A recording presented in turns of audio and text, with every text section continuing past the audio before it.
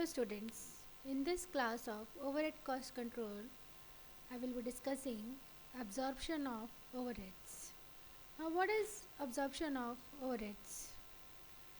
It is the last step in the distribution plan of overheads. The total overhead cost pertaining to a production department or cost center is ultimately charged to or absorbed in the cost of the products or cost units passing through that center.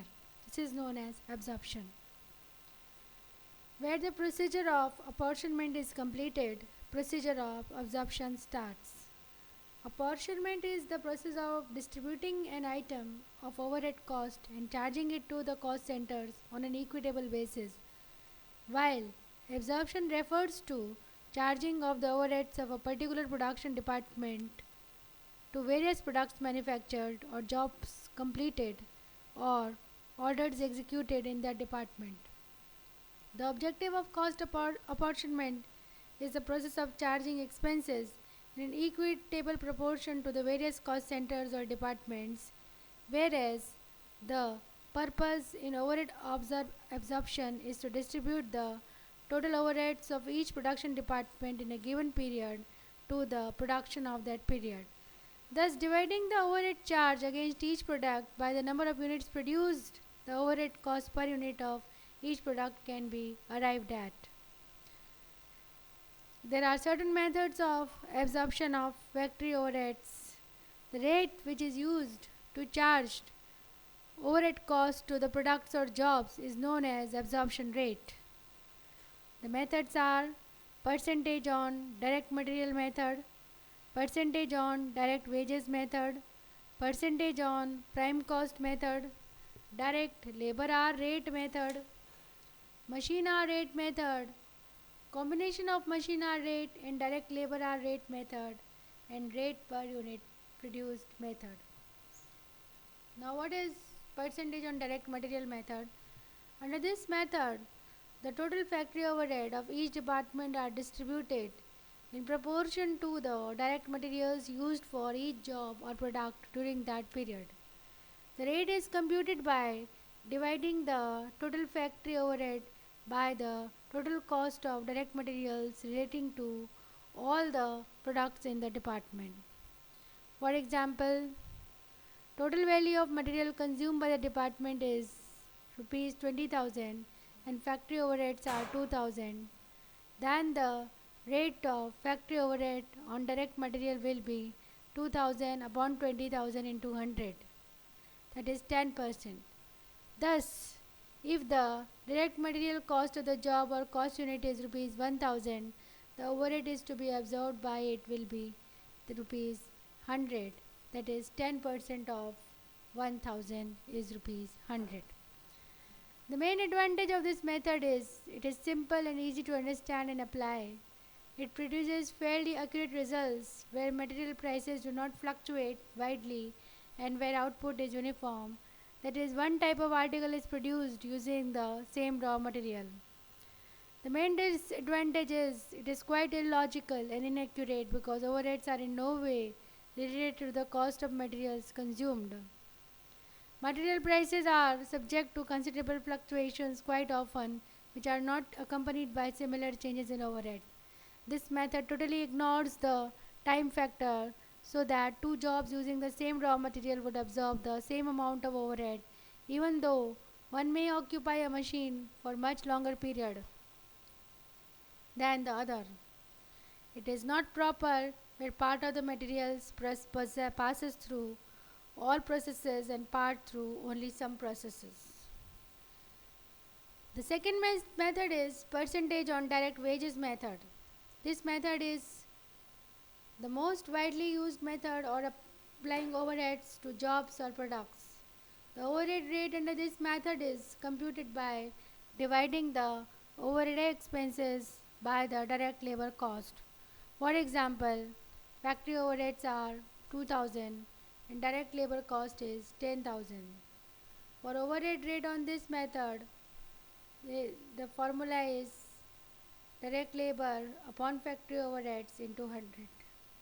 So 2000 upon 10,000 into 100 amounts to 20%.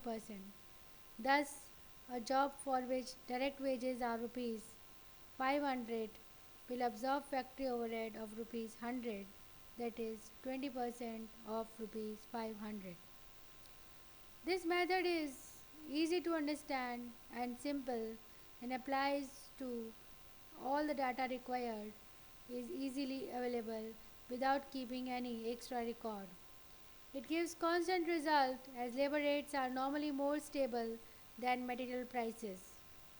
Under this method, due consideration is given to the time factor automatically. Is higher the charge to job for wages, the danger will seen the time spent on that job. It is not an equitable method since the direct labor costs do not bear any relation to the overhead expenses.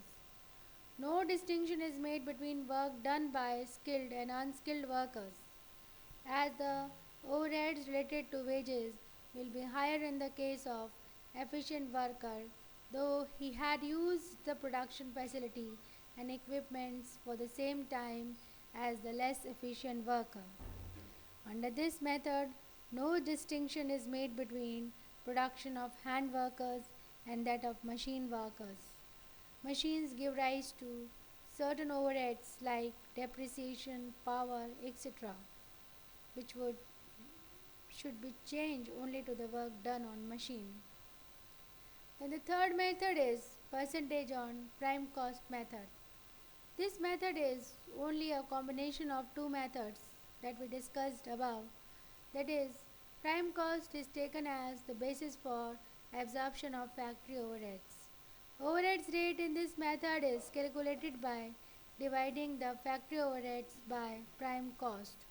For example, if factory overheads are rupees 2000 and direct materials rupees 20,000 and direct labor cost is 10,000, then the prime cost will be 30,000 and the absorption rate on the basis of prime cost will be 2000 upon 30,000 into 100 amounts to 6.67 percentage. Now if in a particular cost center materials and direct labor cost are 1500 respectively on a certain job, factory overheads to be absorbed by that job should be 100, that is 6.67% of rupees 1500. The prime cost is 1000 plus 500. Direct material cost plus labor cost is equal to 1500 and 6.67% of rupees 1500 is 100.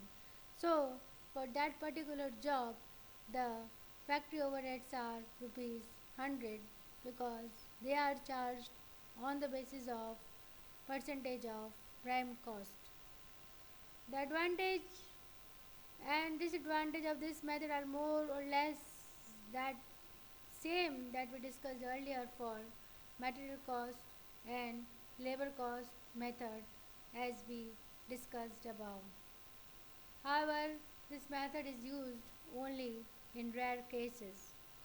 You can get the practical questions on the basis of these three methods: direct material method, direct labor method, and prime cost method. You will have to make a statement, a comparative statement, that if you are to calculate overheads on the basis of material cost basis, on the basis of wages cost basis, on the basis of prime cost basis, then what will be the works overheads or factory overheads and what will be the total cost. So you can get theoretical as well as practical uh, questions on the basis of these methods, so you should practice for both. I hope you understood all the three methods that I discussed in this class. So that's all for this class. Thank you.